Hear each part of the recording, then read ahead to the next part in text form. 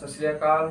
मैं सौरभ प्रजापति आप सभी का कॉम्प्लेट ट्यूटोरियल पर स्वागत करता हूं। गाइस, हमने पिछले क्लास में स्ट्रक्चर ऑफ मैकेनिक्स के बारे में डिस्कशन किया था।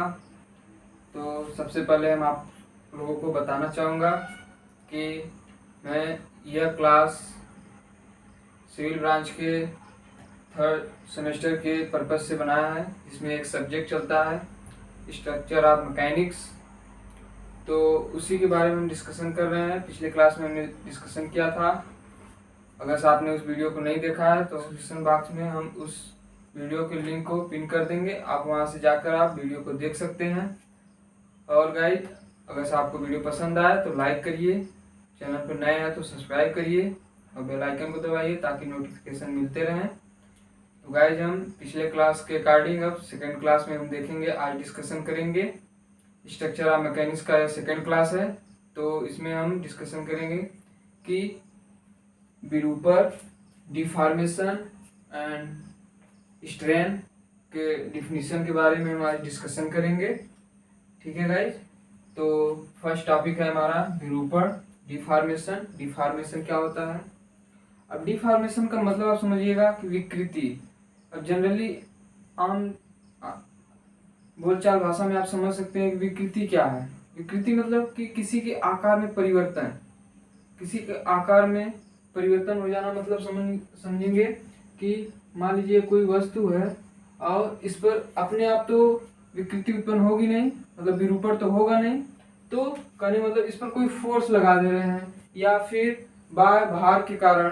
तो हमने इसी के अकॉर्डिंग हमें डिफिनीशन बनाना है क्या, कि बाह्य भार के कारण किसी वस्तु में होने वाले परिवर्तन को ही हम विरूपण कहते हैं। हमने यही बताया क्या, कि कोई मान लीजिए वस्तु है, वस्तु पर बाह्य भार के कारण होने वाले उसके आकार में परिवर्तन को हम विरूपण कहते हैं। ठीक है, अब देखिएगा विरूपण के बारे में हमने समझ लिया। अब देखिए विकृति क्या होती है। स्ट्रेन, स्ट्रेन देखिएगा कि किसी वस्तु पर बाह्य भार के कारण होने वाले परिवर्तन की माप को ही हम विकृति कहते हैं। देखिएगा विरूपण में क्या था कि जो परिवर्तन हो रहा है हम बस उसी को विरूपण कहते हैं।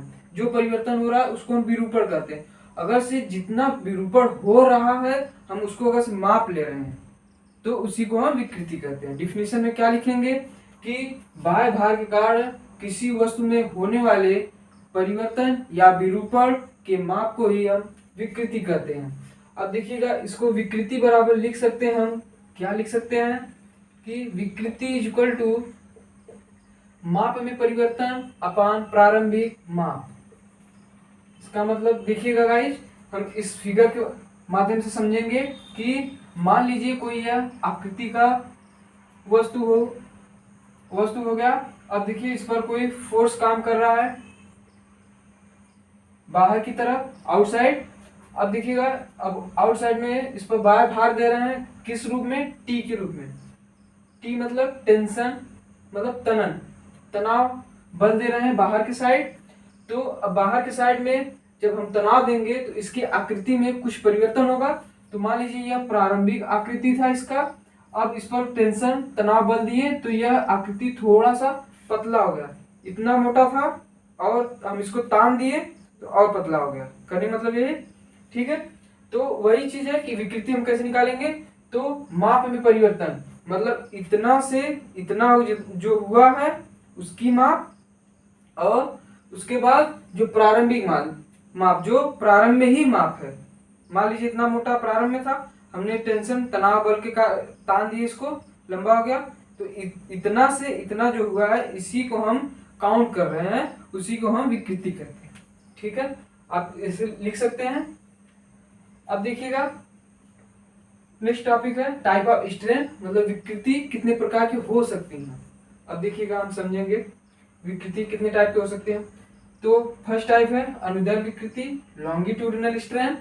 किसी छड़ या वस्तु पर सीधे अच्छी भार के कारण उसके लंबाई में परिवर्तन तथा प्रारंभिक लंबाई के अनुपात को हम लॉन्गिट्यूडिनल स्ट्रेन कहते हैं। ठीक है गाइस, ये देखिएगा यहाँ विकृति होगा, लॉन्गिट्यूडिनल विकृति मतलब अनुदैर्घ्य विकृति। अनुदैर्घ्य विकृति क्या है, हमने क्या बताया डिफिनेशन में, किसी वस्तु या छड़ में बाह्य भार के कारण उसके लंबाई में परिवर्तन तथा प्रारंभिक लंबाई के अनुपात को अनुदैर्घ्य विकृति कहते हैं। इस डायग्राम के माध्यम से समझेंगे क्या है। देखिएगा कि मान लीजिए यह कोई प्रारंभ में वस्तु थी, अब हमने बाह्य भार क्या दिया, बाह्य भार के रूप में तनाव बल दिया। तनाव बल दोनों साइड दिया, मतलब इस साइड से फिर इस साइड से भी दिया। अब देखिएगा जब हम तनाव बल देते हैं तो प्रारंभ में लंबाई L थी और उसके बाद तनाव बल देने के बाद डेल्टा, मान लीजिए डेल्टा L बढ़ गया, यह लंबाई हो गई पूरी। तो अब हम क्या लिख सकते हैं कि अनुदैर्घ्य विकृति इक्वल टू, हम इसे EL से डिनोट करते हैं। EL इक्वल टू क्या लिख सकते हैं, लंबाई में परिवर्तन। लंबाई परिवर्तन कितना हुआ, यही हुआ ना। तो दोस्तों देखिए प्रारंभ में तो यह था ही, अब बढ़ा कितना, डेल्टा L बढ़ा, तो डेल्टा L प्रारंभिक लंबाई अपान लंबाई में परिवर्तन अपान प्रारंभिक लंबाई, इसी के अनुपात को हम अनुदैर्घ्य विकृति कहते हैं। ठीक है। अब देखिए नेक्स्ट टॉपिक क्या है, पार्श्व विकृति। अब देखिए किसी वस्तु पर आरोपित बल की दिशा में लंबवत उत्पन्न विकृति को पार्श्व विकृति कहते हैं। अब देखिए कि हमने यह बल लगा दिया, तनाव बल, दोनों साइड हमने फोर्स लगाया तनाव बल के रूप में।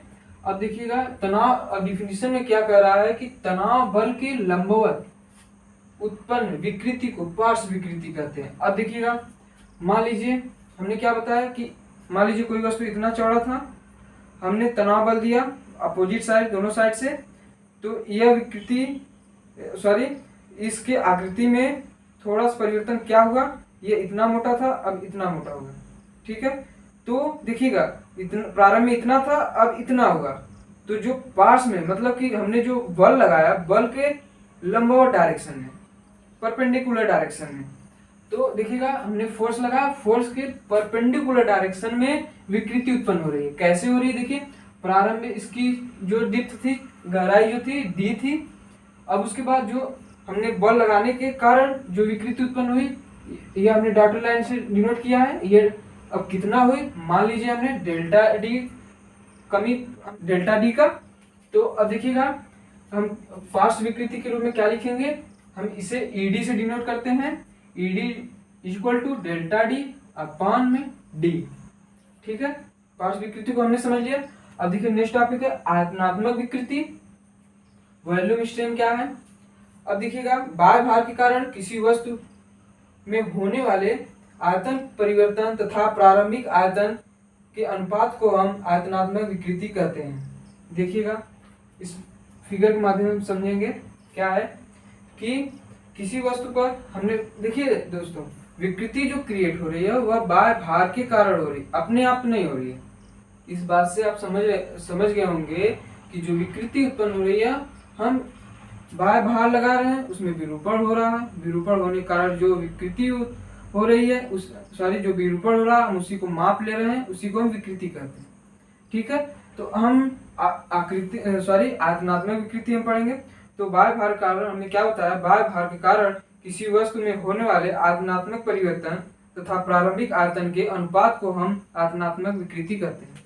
तो अब देखिए मान लीजिए यह 3D फिगर है। 3D फिगर को हम व्हाइट बोर्ड पर नहीं बना सकते हैं। 3D मतलब समझिएगा, मान लीजिए यह एक्स एक्सिस हुआ, यह वाई एक्सिस हुआ। अब देखिएगा जेड एक्सिस कैसे होगा, तो जेड एक्सिस जस्ट परपेंडिकुलर, मतलब कि जो तीनों एक्सिस हैं, एक्स एक्सिस, वाई एक्सिस और जेड एक्सिस, तीनों एक्सिस के बीच 90 डिग्री का एंगल बनता है। तो 90 डिग्री का एंगल बनने की वजह से हम इसको डिनोट नहीं करते हैं। इसका मतलब समझिएगा जो जेड एक्सिस है कुछ लाइक ऐसे बनेगा। ठीक है, यह एक्स एक्सिस हुआ, यह वाई एक्सिस हुआ और यह जेड एक्सिस हुआ। ठीक है। अब देखिएगा फिगर में हमने बनाया है कोई आयतन है, आयतन पे हम तीनों एक्सिस से फोर्स काम कर रहा है।